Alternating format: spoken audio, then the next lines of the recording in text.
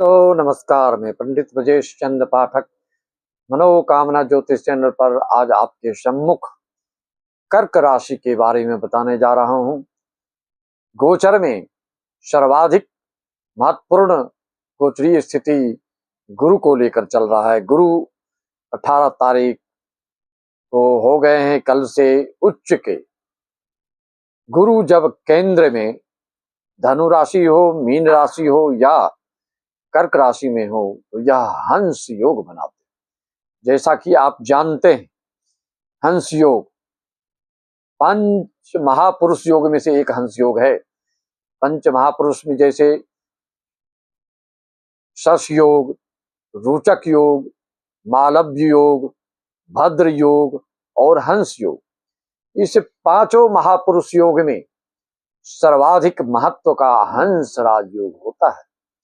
हंस योग एक बहुत ही व्यक्ति को प्रतिभाशाली बनाता है और ओजस्वी, मेधावी, तेजस्वी बनाता है। इनकी विचारधारा बिल्कुल धार्मिकता से ओतप्रोत होती है।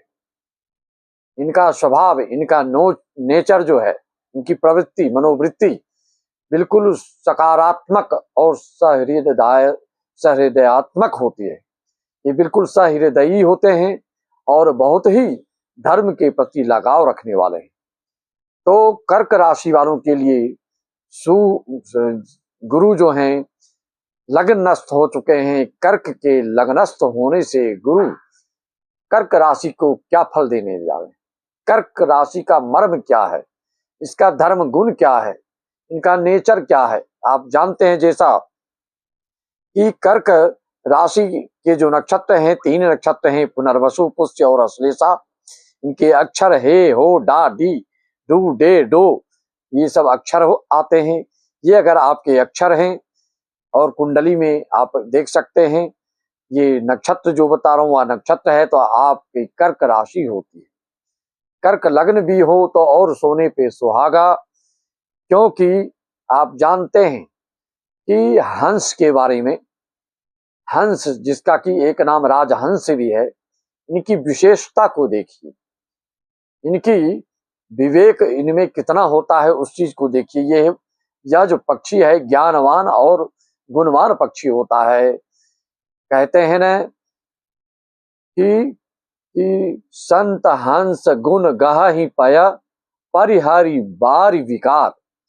यह पक्षी इतना तेज होता है कि दूध पानी को मिश्रण किया हुआ अगर इनके सामने आप रखते हैं तो यह दूध को ग्रहण कर लेते हैं और पानी को छोड़ देते हैं। परिहरी बारी विकार कहने का तात्पर्य, कोई भी किसी चीज में कहीं पर कोई वार्तालाप हो, कोई किसी तरह की बात हो, तो उसमें से जो हंस योग वाले व्यक्ति होते हैं वो उसमें से अच्छाई को ग्रहण करते हैं और विकार को छोड़ देते हैं, उसको त्याग देते हैं।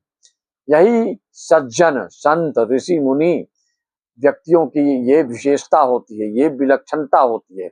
यही इनमें, यही गुण आपको पूरे समाज में यशस्वी और वर्चस्वी बनाते हैं और यश कीर्ति आपकी पूरी दुनिया में फैलती है। हंस योग वाला व्यक्ति हजारों में एक दिखता है और उनके आगे पीछे सभी लोग लगे रहते हैं।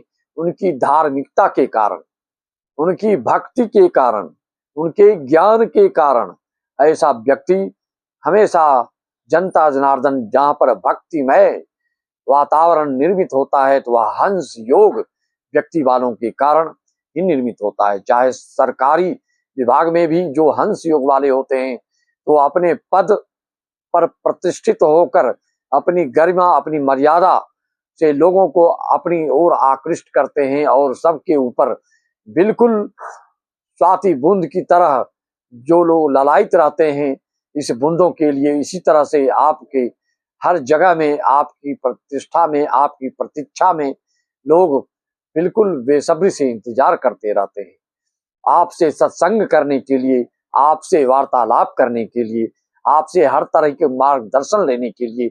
ये विशेषता होती है। तो कर्क राशि वाले जानते हैं, वैसे ही आप जानते हैं कि कभी बहुत ही सरल हृदय के होते हैं, निर्मल भाव के होते हैं, बच्चों जैसे उनका हृदय होता है, इसलिए सभी राशियों में देखा जाए तो कर्क राशि वाले जो होते हैं बहुत ही भावुक प्रवृत्ति के होते हैं, बहुत ही सेंसिटिव होते हैं, बहुत ही ये संवेदनशील होते हैं।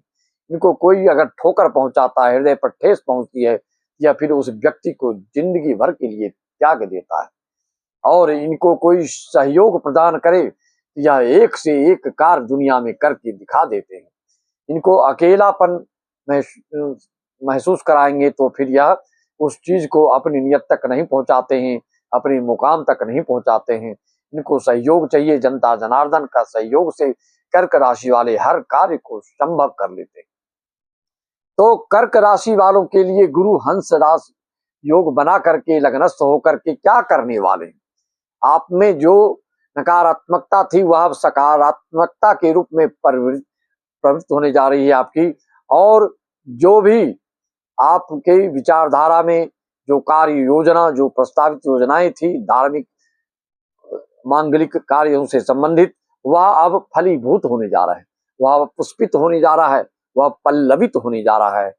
हर कार्य आपका संपन्न होने जा रहा है, क्योंकि गुरु सभी ग्रहों में सर्वश्रेष्ठ फल देने वाले होते हैं, खास करके आध्यात्मिकता के दृष्टिकोण से और रचनात्मकता के दृष्टिकोण से और सृजनात्मकता के दृष्टिकोण से और मौलिकता के दृष्टिकोण से, रिसर्च के दृष्टिकोण से ये आध्यात्मिक क्षेत्र में बड़ी बड़ी उपलब्धि हासिल करने वाले होते हैं।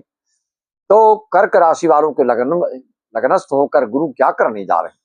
आपके जो मन में जो दुर्धात्मक स्थिति थी, जो किंकर्तव्य विमूढ़ावस्था में अभी तक फंसे थे, वह अब मार्ग जो है बिल्कुल प्रशस्त होने जा रहा है।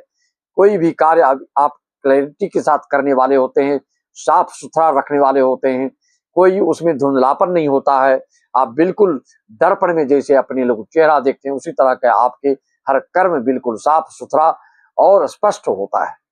तो यहाँ से बैठ के इनकी 3 दृष्टियां हैं गुरु की, 5वीं, 7वीं और 9वीं। तो 5वीं दृष्टि इनकी आपके पंचम भाव पर, संतान भाव पर, विद्या भाव पर, पूर्व जन्म के पुण्य के प्रताप के उदय के भाव पर, रचनात्मक कार्य इसी विद्या के भाव से और पूर्व जन्म के संस्कार संस्कृति के प्रभाव से आप अच्छी से अच्छी योग्यता प्राप्त करते हैं।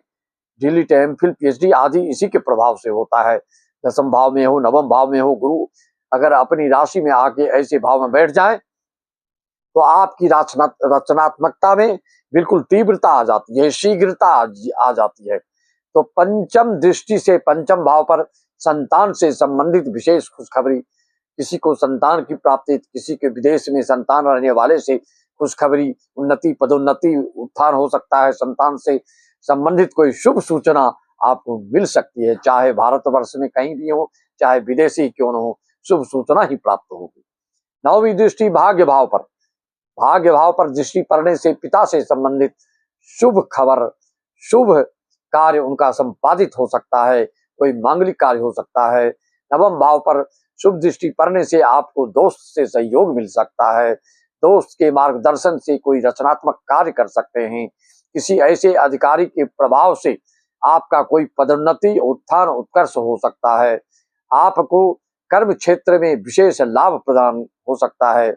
भाग्य का मतलब आप जो नहीं आपके साथ होना चाहिए वह भी कार्य सहजता से, सुलभता से, सुगमता से, सरलता से प्राप्त हो जाए, ये भाग्य योदय के कारण होता है, भाग्य पर शुभ दृष्टि पड़ने के कारण ही होता है। तो यहाँ पर लग्नस्थ गुरु होकर के पंचम दृष्टि से पंचम भाव, 2 त्रिकोण पर और 9वें भाव पर 9वीं दृष्टि से और 7वीं दृष्टि से 7वें भाव पर लग्न में बैठ के आपके मनोनुकूल सारे कार्य को संपादित और संचालित करने जा रहे हैं।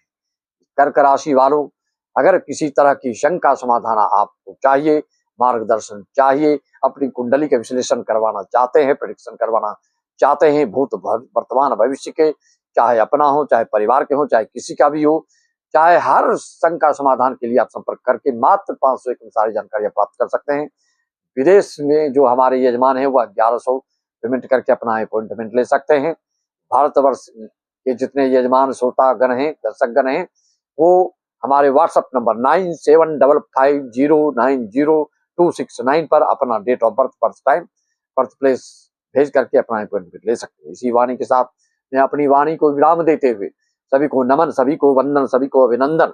श्री राम मैं सब जग जानी, करो प्रणाम जोर जग पानी, सबको राम राम, जय श्री राम। ओम नमः शिवाय, सत श्री अकाल, जय सच्चिदानंद, जय महालक्ष्मी, जय जय महाकाली, जय महाअष्टमी।